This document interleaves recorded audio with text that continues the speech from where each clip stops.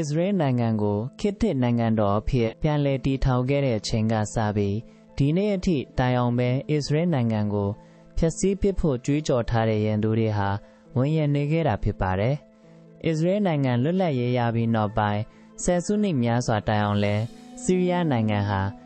Israel အရပ်သားတွေရဲ့အသက်အိုးအိမ်စည်းစိမ်နဲ့လုံခြုံရေးကိုကြီးကြီးမားမားချိန်ချောက်နေခဲ့ပါတယ်။1948ခုနှစ်ကနေ1969ခုနှစ်အထိ19နှစ်တာကာလပတ်လုံးဆီးရီးယားတပ်ဖွဲ့တွေဟာမဟာဗျူဟာမြောက်အချက်ချကြတဲ့ဂိုလန်ကုန်းမြင့်ပေါ်ကနေပြီး Israel မြောက်ပိုင်းဂါလိလိဒေသမှာရှိတဲ့နေအိမ်တွေစိုက်ပျိုးခင်းတွေနဲ့လူနေရပ်ကွက်တွေတဲကိုလက်နက်ကြီးတွေနဲ့အဆက်မကဲပစ်ခတ်တိုက်ခိုက်ခဲ့ကြတာပါဒီလိုကာလတွေအတွင်းမှာ Israel မြောက်ပိုင်းသားတွေဟာဆီးရီးယားတို့ရဲ့လက်နက်ကြီးချိန်ချောက်မှုအောက်မှာနှစ်ပေါင်းများစွာနေထိုင်ခဲ့ကြရပါတယ်1960ခုနှစ်မှာ Israel ကာကွယ်ရေးတပ်ဖွဲ့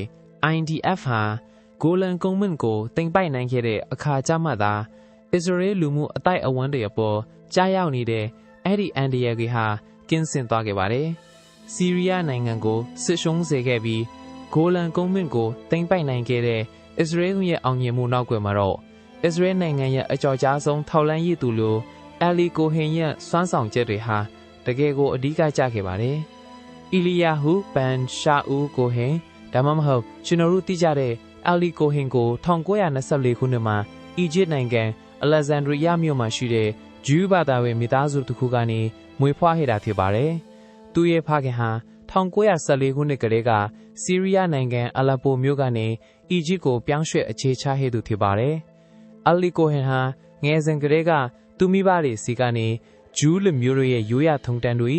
ဇီးယံဝါဒနဲ့သူ့ဖခင်ရဲ့ဇာတိဖြစ်တဲ့ဆီးရီးယားနိုင်ငံကဂျူးလူမှုအတိုင်းအဝန်းရဲ့ယဉ်ကျေးမှုတွေကိုတင်ကြားလေ့လာရင်းကြီးပြင်းလာခဲ့တာပါ1949ခုနှစ်မှာတော့သူ့ရဲ့မိဘတွေနဲ့ညီကို3ယောက်ဟာ Israel နိုင်ငံကိုပြောင်းရွှေ့သွားခဲ့ကြပေမဲ့ Ali Cohen ကတော့အီဂျစ်မှာပဲကျန်ရစ်ခဲ့ပါတယ်။အကြောင်းရင်းကတော့သူ့ရဲ့ electronics ဘွဲ့တင်တန်းကိုအဆုံးသတ်ဖို့နဲ့ Operation Goshen လို့ခေါ်တဲ့စစ်စင်ရေးမှာပါဝင်ကူညီဖို့ပဲဖြစ်ပါတယ်။အဲ့ဒီချိန်ကအာရကမာတဝန်းမှာဂျူးလူမျိုးတွေပေါ်ရန်လိုမုန်းတီးမှုတွေပိုများလာတာကြောင့် Israel နိုင်ငံဟာအီဂျစ်မှာရှိတဲ့ဂျူးလူမျိုးတွေကို Israel စီလှုပ်ဝက်ခေါ်ယူအခြေချပေးတဲ့စစ်စင်ရေးတွေကိုလှုပ်ဆောင်နေကြတာပါ1952ခုနှစ်မှာအီဂျစ်နိုင်ငံအတွင်းစစ်တပ်ကအာဏာသိမ်းပြီးနောက်ပိုင်းအစိုးရကနေဇီယွန်ဝါဒဆန့်ကျင်ရေးလှုပ်ရှားမှုတွေကိုပြင်းပြင်းထန်ထန်လှုပ်ဆောင်လာခဲ့ပါတယ်။အဲ့ဒီအချိန်မှာအာလီကိုဟင်ဟာအဖမ်းခံရပြီးစစ်ဆေးမေးမြန်းခြင်းခံခဲ့ရပါတယ်။1950ပြည့်နှစ်တွေအတွင်းမှာသူဟာအီဂျစ်နိုင်ငံထဲကအစ္စရေးတို့ရဲ့လျှို့ဝှက်စစ်စင်ရေးတွေမှာပါဝင်ပတ်သက်ခဲ့ပေမဲ့လည်းအီဂျစ်အစိုးရဟာသူ့ရဲ့လှုပ်ဆောင်ချက်တွေနဲ့ပတ်သက်ပြီးခိုင်လွန်တဲ့အသက်တည်အထောက်အထားမပြနိုင်ခဲ့တာကြောင့်နောက်ဆုံးမှာတော့သူ့ကိုပြန်လွှတ်ပေးခဲ့ရပါတယ်။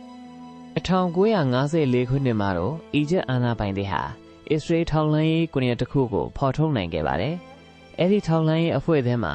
အာလီကိုဟင်ဟာအခမ်းကဏ္ဍအနှင်းငယ်ကနေပါဝင်ခဲ့တာပါ။အီဂျစ်အာဏာပိုင်တွေဟာအဲဒီတူလီယိုအဖွဲ့ကိုအမြင့်ပြတ်ဖော်ထုတ်နိုင်ခဲ့ပြီးအဖွဲ့ဝင်2ဦးကိုဖမ်းဆီးကာတေတံအထိချမှတ်ခဲ့ပါတယ်။အာလီကိုဟင်ဟာအဆိုပါအထူးယူနစ်ကိုကူညီပေးခဲ့တာကြောင့်အမှုမှာပါဝင်ပတ်သက်မှုရှိနေခဲ့ပေမဲ့လည်းအာဏာပိုင်တွေအနေနဲ့သူ့ကိုပြည်တံကြခံရသူတွေနဲ့တန်းရိပ်ဆက်နေတဲ့ဆိုတဲ့ခိုင်လုံတဲ့အထောက်အထားမျိုးမတွေ့ရှိခဲ့တာကြောင့်သူဟာလွတ်မြောက်သွားခဲ့ပြန်ပါတယ်1956ခုနှစ်မှာဆူအတ်ဒူမြောင်စစ်ပွဲဖြစ်ပွားပြီးအစ္စရေးတပ်တွေဆူအတ်ဒူမြောင်အထိရောက်ရှိလာတဲ့အချိန်မှာတော့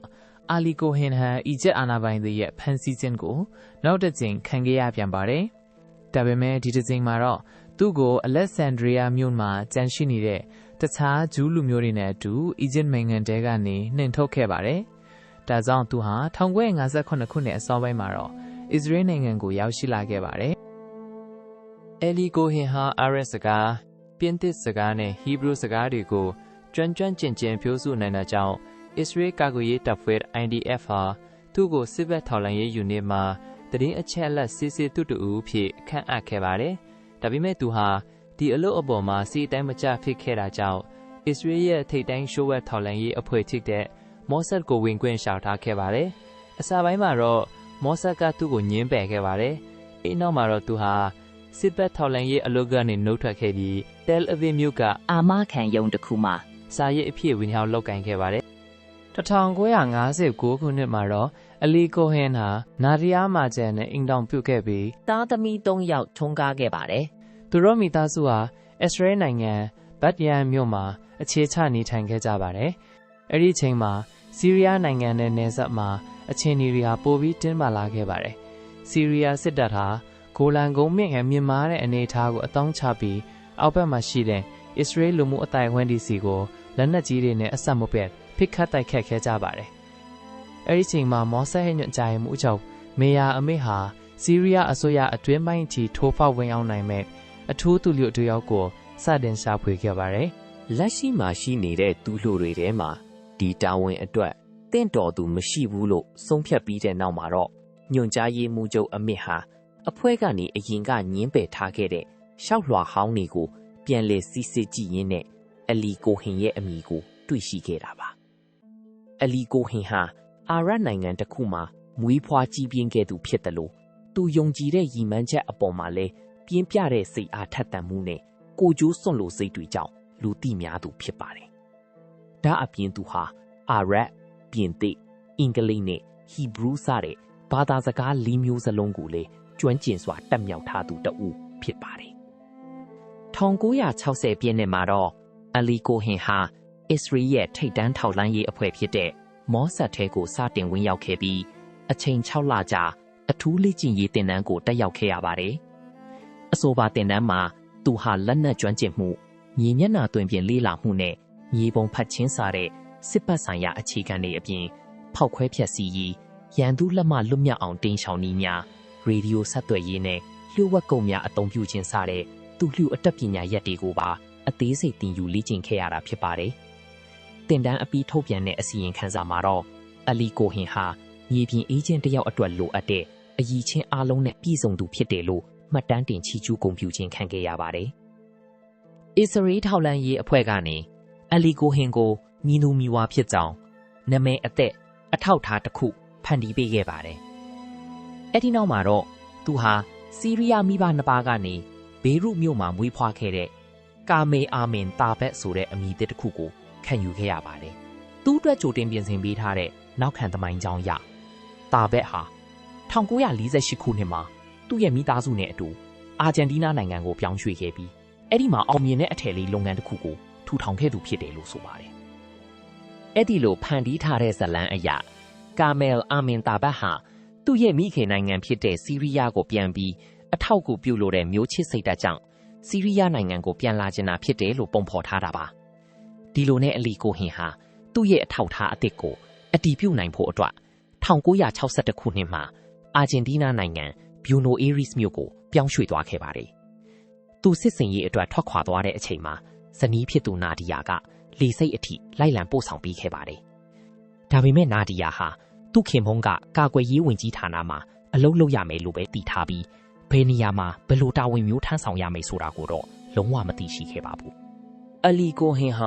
ာအာဂျင်တီးနားနိုင်ငံမှာရှိတဲ့ဆီးရီးယားလူမျိုးစုတွေကြားထဲမှာအဆက်အသွယ်ကောင်းတွေရအောင်အလျင်မြန်မဲစွမ်းဆောင်နိုင်ခဲ့ပါတယ်။သူဟာခန်းနာထဲဝါတဲ့ညစာစားပွဲတွေကျင်းပပေးတာလူမှုရေးအခမ်းအနားတွေကိုတက်ရောက်တာတွေကတဆင့်ဆီးရီးယားအစိုးရအရာရှိကြီးတွေနဲ့ရင်းနှီးတဲ့မိတ်ဆွေဖွဲ့နိုင်ခဲ့တာဖြစ်ပါတယ်။1962ခုနှစ်ဖေဖော်ဝါရီလမှာတော့အလီကိုဟင်ဟာသူ့ရဲ့အယောင်ဆောင်အမည်ဖြစ်တဲ့ကာမယ်အာမင်တာဘတ်အမည်နဲ့ဆီးရီးယားနိုင်ငံဒမတ်စကတ်မြို့ကိုပြောင်းရွှေ့ခဲ့ပါတယ်။အဲ့ဒီမတိုင်ခင်တစ်နှစ်ရဲ့နှစ်ကုန်ပိုင်းလောက်မှာဆီးရီးယားဟာအီဂျစ်နိုင်ငံနဲ့3နှစ်ကြာပူးပေါင်းထားတဲ့ပြည်ထောင်စုကိုဖျက်သိမ်းခဲ့ပြီးဖြစ်ပါတယ်။ဒီလိုဖျက်သိမ်းပြီးတဲ့နောက်မှာတော့ဆီးရီးယားမှာဘာသ်ပါတီရဲ့ဩဇာအာဏာဟာကြီးမားလာခဲ့ပါတယ်။အဲ့ဒီအချိန်မှာအလီကိုဟင်ဟ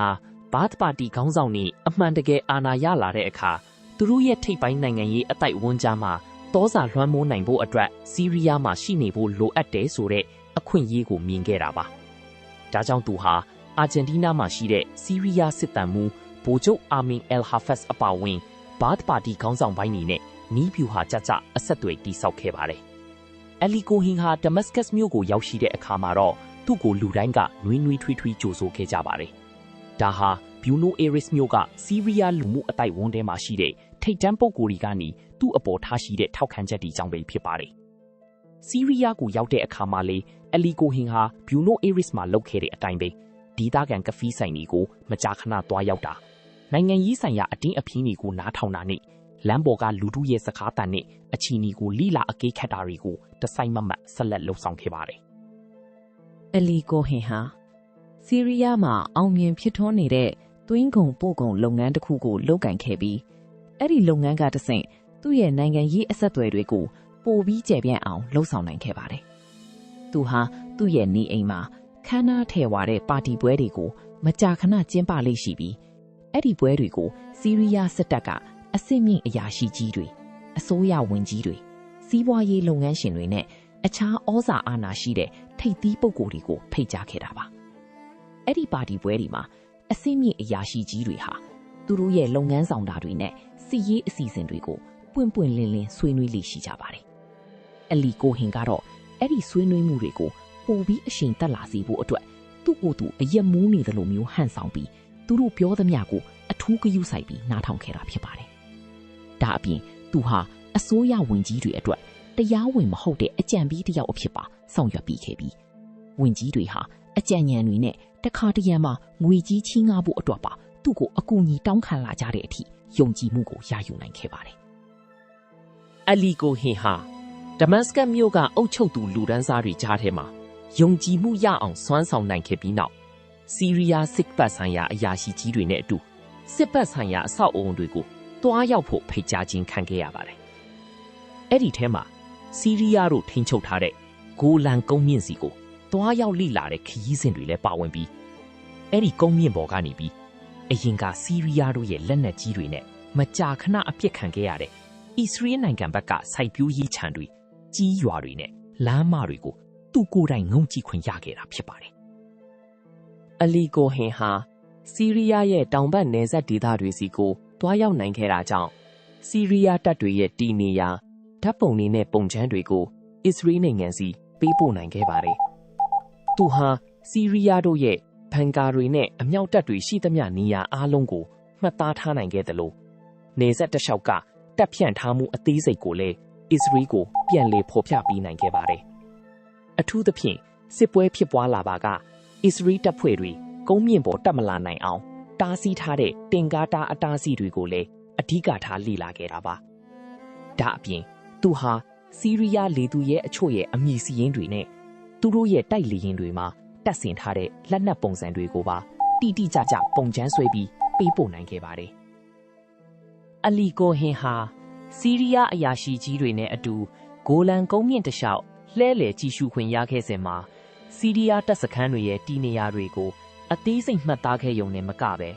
အစ္စရေးအတွက်အလွန်အရေးပါမဲ့ဗျူဟာမြောက်အကြံပေးချက်တစ်ခုကိုပါလှုပ်ဆောင်ခဲ့ပါတယ်။သူဟာကုန်းမြင့်ပေါ်ကဆီးရီးယားဘန်ကာတွေမှာတာဝန်ကျနေတဲ့စစ်သားတွေနေပူထံကနေတတ်တာစေဖို့နဲ့သူတို့အတွက်အရေးရစေဖို့ဆိုတဲ့အကြောင်းပြချက်နဲ့ဘန်ကာတိုင်းရဲ့ဘေးမှာယူကလစ်ပင်တွေစိုက်ပျိုးပေးဖို့အကြံပြုခဲ့တာဖြစ်ပါတယ်။ဆီးရီးယားအာဏာပိုင်တွေကလည်းဒါဟာစစ်သားတွေအတွက်စေတနာထားတဲ့အကြံဉာဏ်ကောင်းတစ်ခုလို့ထင်မှတ်ပြီးလက်ခံခဲ့ကြပါတယ်။ဒါပေမဲ့တကယ်တမ်းမှာတော့အဲ့ဒီတစ်ပင်တွေဟာအစ္စရေးစစ်တပ်အတွက်တန်ဖိုးမဖြတ်နိုင်တဲ့ပြစ်မှတ်အမှတ်သားတွေဖြစ်လာခဲ့ပါတယ်။1969ခုနှစ်6ရက်ကြာစစ်ပွဲဖြစ်ပွားတဲ့အခါမှာအစ္စရေးလေတပ်နဲ့အမြောက်တပ်တွေဟာအလီကိုဟင်အကြံပြုစိုက်ပျိုးခိုင်းခဲ့တဲ့အဲ့ဒီယူကလစ်ပင်တွေကိုကြည့်ပြီးဆီးရီးယားတို့ရဲ့လျှို့ဝှက်ဘန်ကာတွေနဲ့အမြောက်တပ်စခန်းတွေကိုတိတိကျကျရှာဖွေဖျက်ဆီးနိုင်ခဲ့ပါတယ်။ဒီလိုမျိုးအလီကိုဟင်ပေးပို့ခဲ့တဲ့ဆီးရီးယားတပ်ဖြန့်မှုအသေးစိတ်အချက်လက်တွေဘန်ကာတီနေရာတွေနဲ့တင်ကာအတားအဆီးဆိုင်ရာသတင်းအချက်လက်တွေဟာအစ္စရေးတို့အနေနဲ့ဂိုလန်ကုန်းမြင့်ကို2ရက်အတွင်းအောင်မြင်စွာသိမ်းပိုက်နိုင်ဖို့အတွက်အဓိကတော်ချက်ဖြစ်ခဲ့ပါတယ်။အလီကိုဟင်ဟာသူစုဆောင်းရရှိထားတဲ့အဖိုးတန်လာတဲ့ထောက်လန်းရေးသတင်းအချက်လက်အများများကိုမော်စကိုများလျှို့ဝှက်ပေးစာများကတဆင့်အစ္စရေးကိုပေးပို့ခဲ့တယ်လို့တခါတရံအစ္စရေးနိုင်ငံစီလျှို့ဝှက်စွာပြန်လာတဲ့ခရီးစဉ်တွေမှာလည်းလူကိုယ်တိုင်သတင်းပေးပို့ခဲ့ပါတယ်။သူ့ရဲ့သတင်းစုဆောင်းနိုင်မှုတွေဟာအရင်ကထိုးဖောက်ဖို့မဖြစ်နိုင်ဘူးလို့ယူဆထားကြတဲ့ရန်သူနိုင်ငံရဲ့အတွင်းရေးတွေကိုအစ္စရေးတို့တီးတန့်ကြည့်ရှုခွင့်ရတယ်လို့ဖြစ်စေခဲ့ပါတယ်။1964ခုနှစ်နှောင်းပိုင်းမှာတော့ အယ်လီကိုဟင်ဟာအစ္စရေးနိုင်ငံစီကိုခွင့်ရက်နဲ့လျှို့ဝှက်ပြန်လာခဲ့ပါတယ်။ဒါပေမဲ့သူဟာဆီးရီးယားကိုပြန်သွားတဲ့အခါမှာတော့အစ္စရေးစီကိုလျှို့ဝှက်သတင်းစကားတွေစက်တိုက်ဆိုသလိုပြန်လည်ပေးပို့နေခဲ့ပါတယ်။1965ခုနှစ်ဇန်နဝါရီလမှာတော့ဆီးရီးယားထောက်လှမ်းရေးအရာရှိကြီးဗိုလ်မှူးကြီးအာမတ်ဆူအာဒါနီကဦးဆောင်ပြီးဆီးရီးယားနိုင်ငံအတွင်းကအဆင့်မြင့်သူယိုတအုပ်ကိုရှာဖွေဖော်ထုတ်ဖို့ကြိုးပမ်းမှုတွေစတင်ခဲ့ပါတယ်။အဲ့ဒီလိုရှာဖွေရာမှာဆီးရီးယားအာဏာပိုင်တွေဟာဆိုဗီယက်ကျွမ်းကျင်သူတွေနဲ့အတူဆိုဗီယက်လုပ်ခေတ်မီခြေရာခံစက်ပစ္စည်းတွေကိုအသုံးပြုခဲ့ကြပါတယ်။သူတို့ဟာခွင့်ပြုချက်မရှိတဲ့လျှို့ဝှက်အချက်ပြလှိုင်းတွေကိုဖမ်းယူနိုင်ဖို့အတွက်မြို့တစ်မြို့လုံးကိုရေဒီယိုအချက်ပြလှိုင်းတွေလုံးဝပိတ်ထားတဲ့တိတ်ဆိတ်ချိန်တတ်မှတ်ပြီးစောင့်ကြည့်ခဲ့ကြတာပါ။အလီကိုဟင်ဟာသတင်းစကားတွေကိုနေ့စဉ်အချိန်မှန်ပေးပို့လေ့ရှိတာကြောင့်ဆီးရီးယားတံပြန်ထောက်လှမ်းရေးအဖွဲ့တွေအတွက်သူ့ရဲ့ရေဒီယိုလွှင့်ဆက်တီနေရာကိုခြေရာခံဖို့ပိုပြီးလွယ်ကူသွားစေခဲ့ပါတယ်။အဲ့ဒီလိုနဲ့ထူးခြားတဲ့ရေဒီယိုလှိုင်းနှောက်ယှက်မှုအမြောက်အများကိုစစ်ဆေးတွေ့ရှိခဲ့ပြီးနောက်အချက်ပြလှိုင်းတွေလာရလမ်းကြောင်းဟာအလီကိုဟင်ရဲ့တိုက်ခန်းစီကဖြစ်နေတာကိုဖော်ထုတ်နိုင်ခဲ့ပါတယ်။1965ခုနှစ်ဇန်နဝါရီလနှောင်းပိုင်းမှာတော့ဆီးရီးယားလုံခြုံရေးတပ်ဖွဲ့ဝင်တွေဟာအလီကိုဟင်ရဲ့တိုက်ခန်းတွေကိုအတင်းအဓမ္မဝင်ရောက်စီးနင်းခဲ့ကြပြီးအလီကိုဟင်အစ္စရေးကိုသတင်းပေးပို့နေတဲ့အချိန်မှာပဲလက်ရက်ဖမ်းဆီးနိုင်ခဲ့ပါတယ်။အာလီကိုဟင်ဖမ်းဆီးခံရတယ်ဆိုတဲ့သတင်းကိုကြားသိရတဲ့အခါမှာတော့အစ္စရေးအစိုးရဟာသူ့ကိုဆီးရီးယားကနေပြန်လည်လွတ်မြောက်လာအောင်ဒါမှမဟုတ်အ ਨੇ ဆုံးတော့အသက်ရှင်ခွင့်ရအောင်နီလန်းပေါင်းစုံနဲ့မနာမနီကြိုးပမ်းခဲ့ပါတယ်။အာလီကိုဟင်ဟာထောင်သွင်းအကျဉ်းချခံထားရစဉ်အတွင်းအကြိမ်ကြိမ်စစ်ဆေးမေးမြန်းခံရပြီးနှိပ်စက်ညှဉ်းပန်းခံခဲ့ရပေမဲ့အစ္စရေးနိုင်ငံနဲ့ပတ်သက်တဲ့မြည်သည့်အရေးကြီးလျှို့ဝှက်ချက်ကိုမျှထုတ်ဖော်ပြောဆိုခဲ့ခြင်းမရှိပါဘူး။အစ္စရေးနိုင်ငံအပြင်ကမ္ဘာခေါင်းဆောင်တွေနဲ့ပုပ်ရဟန်းမင်းကြီးကိုယ်တိုင်ကပါအတနာခံစားပြီးပြီးပို့ခဲ့ကြပေမဲ့ဆီးရီးယားအစိုးရကတော့အားလုံးကိုလစ်လျူရှုခဲ့ပါတယ်။ဆီးရီးယားပြည်သူတွေရှိမှောက်မှာပြသဖို့အတွက်သာရည်ရွယ်တဲ့ဟန်ပြတရားခွင်တစ်ခုမှာအာလီကိုဟင်ကိုစစ်ခုံရုံးကနေတလေလုံးမှုနဲ့အပြစ်ရှိကြောင်းဆုံးဖြတ်ခဲ့ပြီးတည်တံစီရင်ချက်ချခဲ့ပါတယ်။1965ခုနှစ်မေလ18ရက်နေ့မှာတော့အာလီကိုဟင်ကိုဒမတ်စကတ်မြို့ရှိမာကြီးရင်ပြင်မှာလူသိရှင်ကြားဂျိုးပေးကွပ်မျက်ခဲ့ပြီးအဲ့ဒီအကွပ်မျက်ခံရမှုကိုဆီးရီးယားရုပ်သံလိုင်းကနေတိုက်ရိုက်ထုတ်လွှင့်ခဲ့ပါတယ်။ကွပ်မျက်ပြီးနောက်မှာတော့သူ့ရဲ့ရုပ်အလောင်းပေါ်မှာဇီယွန်ဝါဒဆန့်ကျင်ရေးစာသားတွေရေးသားထားတဲ့အဖြူရောင်စက္ကူချက်ကြီးကိုကတ်ထားခဲ့ပြီးသူ့ရဲ့အလောင်းကိုရင်ပြင်မှာ6နာရီကြာအောင်ချိတ်ဆွဲပြသထားခဲ့ပါတယ်ခင်ဗျာ။အာလီကိုဟင်ကိုကွပ်မျက်ပြီးနောက်မှာတော့သူ့ရဲ့ဇနီးဖြစ်သူနာဒီယာကခင်ပွန်းဖြစ်သူရဲ့ရုပ်အလောင်းကိုအစ္စရေးနိုင်ငံစီပြန်လည်ပေးအပ်ဖို့အကြိမ်ကြိမ်တောင်းဆိုခဲ့ပေမဲ့ဆီးရီးယားအစိုးရကတော့အမြဲတမ်းညှင်းဆိုခဲ့ပါတယ်။2008ခုနှစ်မှာတော့ဆီးရီးယားအရာရှိတအုပ်ကအစ္စရေးဘက်ကအထူးစစ်စင်ရေးနဲ့လာရောက်လူယူသွားမှာကိုစိုးရိမ်တာကြောင့်အာလီကိုဟင်ရဲ့ရုပ်အလောင်းကိုနေရာ3နေရာပြောင်းလဲမြှုပ်နှံခဲ့တယ်လို့ပြောကြားခဲ့ပါတယ်။ဘာရှာအယ်အဆတ်ရဲ့အစိုးရကတော့အာလီကိုဟင်ကိုဘယ်နေရာမှာမြှုပ်နှံခဲ့တယ်လဲဆိုတာဆီးရီးယားမှာရှိတဲ့ဘသူကမှမသိတော့ဘူးလို့တီးတန့်ထုတ်ဖော်ပြောဆိုထားပါတယ်။2018ခုနှစ်မှာတော့အလီကိုဟင်ဝတ်ဆင်ခဲ့တဲ့လက်ပတ်နာကြီးကိုဆီးရီးယားနိုင်ငံကနေပြန်လည်ရရှိခဲ့ပြီဖြစ်ကြောင်းအစ္စရေးနိုင်ငံကတရားဝင်ကြေညာခဲ့ပါတယ်။သူ့ရဲ့ဇနီးဖြစ်သူကအဆိုပါနာကြီးဟာလွန်ခဲ့တဲ့လအနည်းငယ်ကတည်းကအယောင်ဈေးကွက်ထဲရောက်နေတာကိုတတိထားမိခဲ့တာဖြစ်ပြီးမော့ဆတ်အဖွဲ့ကနေအောင်မြင်စွာပြန်လည်ရယူနိုင်ခဲ့ကအစ္စရေးနိုင်ငံစီတည်ဆောင်လာနိုင်ခဲ့တာဖြစ်ပါတယ်။မော့ဆတ်ညွှန်ကြားရေးမှူးယော်စီကိုဟင်ကအဆိုပါလက်ပတ်နာကြီးကိုအလီကိုဟင်ရဲ့မိသားစုဝင်တွေစီအခမ်းအနားနဲ့ပြန်လည်ပေးအပ်ခဲ့ပါတယ်။လက်ရှိမှာတော့အဲ့ဒီနာကြီးကိုမော့ဆတ်ဌာနချုပ်မှာဂုဏ်ပြုပြသထားပါတယ်။အလီကိုဟင်ကအစ္စရေးနိုင်ငံမှာအမျိုးသားအာဇာနည်တဦးဖြစ်ကပီးရေးထိုးခြင်းခံရပြီးရက်ကွက်နဲ့လမ်းမအမြောက်အများကိုလည်းသူ့ရဲ့အမိကိုအစွဲပြုပြီးမှဲ့ခေါ်ထားကြပါတယ်။ဂျေရုဆလမ်မြို့ဟာဇယ်တောင်ပေါ်ရှိပျောက်ဆုံးစစ်သည်များဥယျာဉ်မှာလည်းအလီကိုဟင်အတွက်ဂုဏ်ပြုမှတ်တမ်းကြောက်တိုင်တစ်ခုစိုက်ထူထားရှိပါတယ်။မော့ဆတ်ရဲ့ညွှန်ကြားရေးမှူးဟောင်းမေယာအာမစ်ကအလီကိုဟင်ကအခြားသူတွေမစွမ်းဆောင်နိုင်တဲ့အရာတွေကိုအောင်မြင်အောင်လှုပ်ဆောင်နိုင်ခဲ့သူလို့ချီးကျူးစကားဆိုခဲ့ပါတယ်။1968ခုနှစ်ဇ 6ရက်ကြာစစ်ပွဲအတွင်းမှာအစ္စရေးတို့အနေနဲ့ဂိုလန်ကုန်းမြင့်ကိုအောင်မြင်စွာသိမ်းပိုက်နိုင်ဖို့အတွက်အလီကိုဟင်ပေးပို့ခဲ့တဲ့သတင်းအချက်အလက်တွေဟာအလွန်အရေးပါတဲ့တော်ချက်တွေဖြစ်ခဲ့ပါတယ်။အဲ့ဒီအောင်မြင်မှုကြောင့်ဂေလီလီဒေသကလူမှုအပိုင်ဝန်းတွေစီကိုအမြဲတမ်းကြားရောက်နေလိမ့်ရှိတဲ့စီးရီးယားတို့ရဲ့လက်နက်ကြီးပစ်ခတ်မှုတွေကိုရပ်တန့်စေနိုင်ခဲ့ပြီးအလီကိုဟင်ကလည်းအစ္စရေးနိုင်ငံရဲ့သူ့ရဲကောင်းတအုပ်အဖြစ်သမိုင်းတွင်သွားခဲ့တာဖြစ်ကြောင်းတင်ဆက်လိုက်ရပါတယ်ခင်ဗျာ။